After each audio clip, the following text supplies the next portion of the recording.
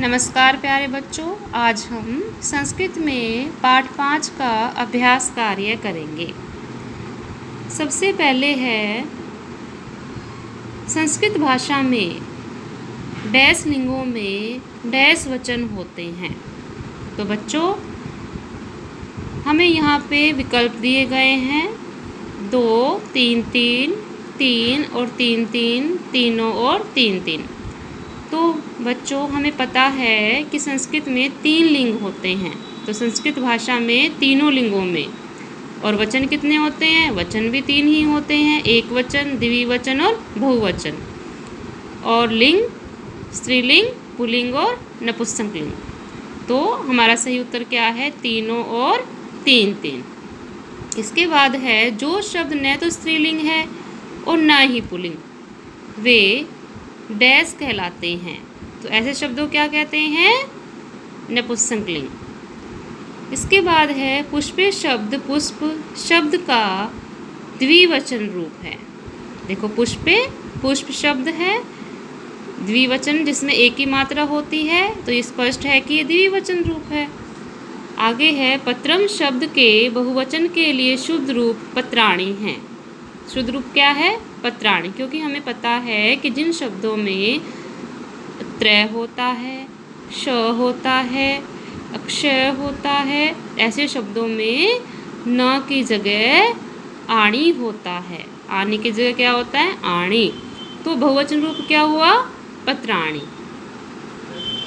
आगे है, हमें यहाँ पर सेब का चित्र दिखाई दे रहा है और संस्कृत में सेब को सेब फलम कहते हैं। आगे किसका चित्र है? कमल का चित्र है। कमल को संस्कृत में कमलम कहते हैं। अब है एक खिलौना। खिलौना को संस्कृत में क्रीडनकम कहते हैं। इसके बाद है चक्रम। पहिए को संस्कृत में चक्रम कहा जाता है। आगे एक घर है। घर को संस्कृत में गृहम कहा जाता है। आगे है धन, और धन को संस्कृत में धनम कहा जाता है। इसके बाद है, हमें यहाँ पर एक वचन, द्विवचन और बहुवचन रूप दिए गए हैं। आइए इन्हें समझते हैं। एक वचन रूप फलम, फल का एक वचन रूप है फलम। द्विवचन रूप क्या होगा? फले। और बहुवचन रूप है फलानी। इसके आगे है एक वचन रूप उपवनम, द्विवचन रूप उपवने और बहुवचन रूप है उपवनानि। बच्चों, कुसुमम शब्द एक वचन है, कुसुमे द्विवचन है और कुसुमानी बहुवचन है। इसके बाद है मस्तकम। मस्तकम एक वचन, मस्तके द्विवचन, मस्तकानी बहुवचन। रजतम एक वचन, रजते द्विवचन, रजतानी बहुवचन। आगे है कंदुकम। कंदुकम एक वचन, कंदुके द्विवचन और कंदुकानी बहुवचन। अब हम इसकी हिंदी भी देख लेते हैं। फलम, फलम का अर्थ होता है फल और एक वचन में है तो एक फल। फले द्विवचन, 2 फल। और फलानी बहुवचन में बहुत सारे फल। उपवनम एक वचन में है तो एक उपवन या एक बाग या बगीचा। उपवने, उपवने का क्या अर्थ है? 2 उपवन, 2 बाग या 2 बगीचे। उपवनानी, उपवनानी का अर्थ होता है बहुत सारे उपवन या बहुत सारे बाग या बगीचे या 3 या 3 से ज़्यादा बाग या बगीचे या उपवन। इसके बाद है कुसुम। कुसुम क्या होता है? फूल होता है, एक फूल। कुसुमे 2 फूल और कुसुमानी बहुत सारे फूल या 3 या 3 से ज़्यादा फूल। आगे है मस्तकम। मस्तकम का अर्थ होता है माथा, एक वचन में है तो एक माथा। इसके आगे मस्तके द्विवचन में है 2 माथे। इसके आगे है मस्तकानी बहुवचन में है बहुत सारे माथे या तीन से ज़्यादा माथे। आगे है रजतम। रजतम का अर्थ होता है चांदी। एक चांदी। रजते दो चांदी। द्विवचन में है तो दो चांदी।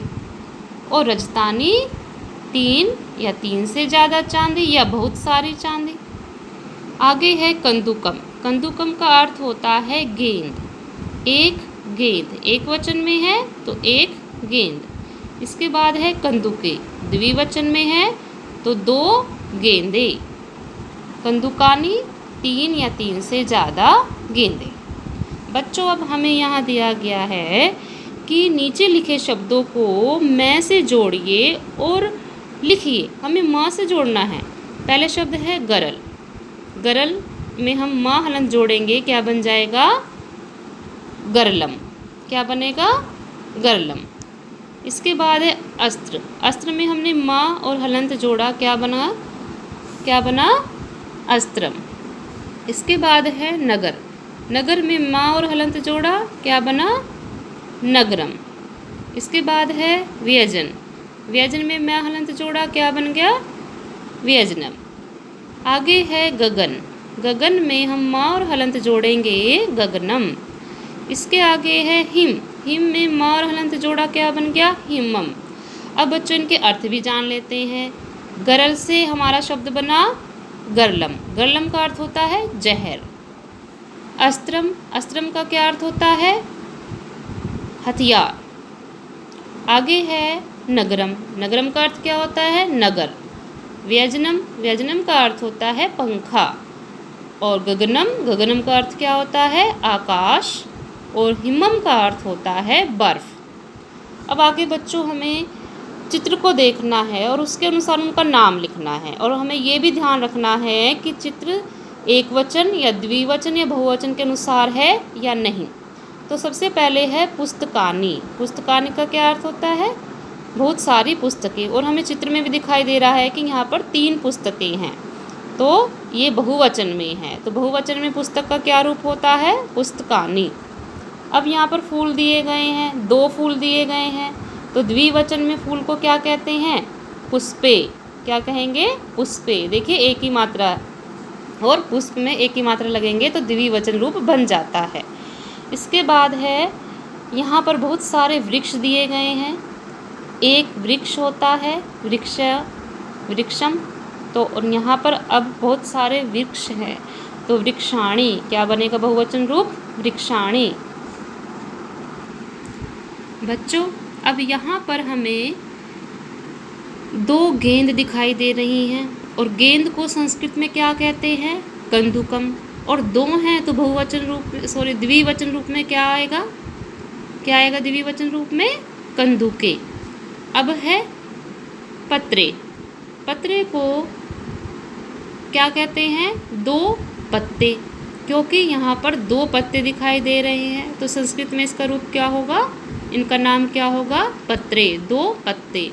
अब यहाँ पर हमें 4 चक्र दिखाई दे रहे हैं, अर्थात 3 से ज़्यादा हैं, तो बहुवचन रूप है। तो चक्र का बहुवचन रूप क्या होगा? चक्राणी। अब यहाँ पर एक छाता दी गई है। एक छाता छत्र, और इसका नाम क्या होगा संस्कृत में? छत्रम। बच्चों अब यहाँ पर हमें क्रियाकलाप दिया गया है, एक एक्टिविटी दी गई है। यहाँ पर हमें कुछ शब्द दिए गए हैं और आगे भी कुछ शब्द दिए गए हैं और इन शब्दों को आपस में जोड़ने से एक नया शब्द बनेगा। देखिए व में न और म जोड़ा, क्या बन गया? वनम। ध में न और म जोड़ा, क्या बन गया? धनम। अब है उपवा। उपवा, उसमें नम जोड़ा तो क्या बन गया? उपवनम। अब आगे है हमें आम्र, फ और ज ये दिए गए हैं और साथ में दिया गया है प्लस करने के लिए लम। क्या दिया गया जोड़ने के लिए? लम। तो आम्र फ ल म क्या बन गया? आम्र फलम। आम का फल। अब है फ ल म फलम, ज ल म जलम। इसके आगे है हमें यहाँ पर किडन मस्त कंदू, वो जोड़ने के लिए क्या दिया गया है, कम। तो किडन कम क्या बना, किडन कम। मस्त कम क्या बन गया, मस्त कम। आगे है कंदू कम। तो बच्चों आपको ये अभ्यास कार्य अच्छे से समझ आ गया। धन्यवाद।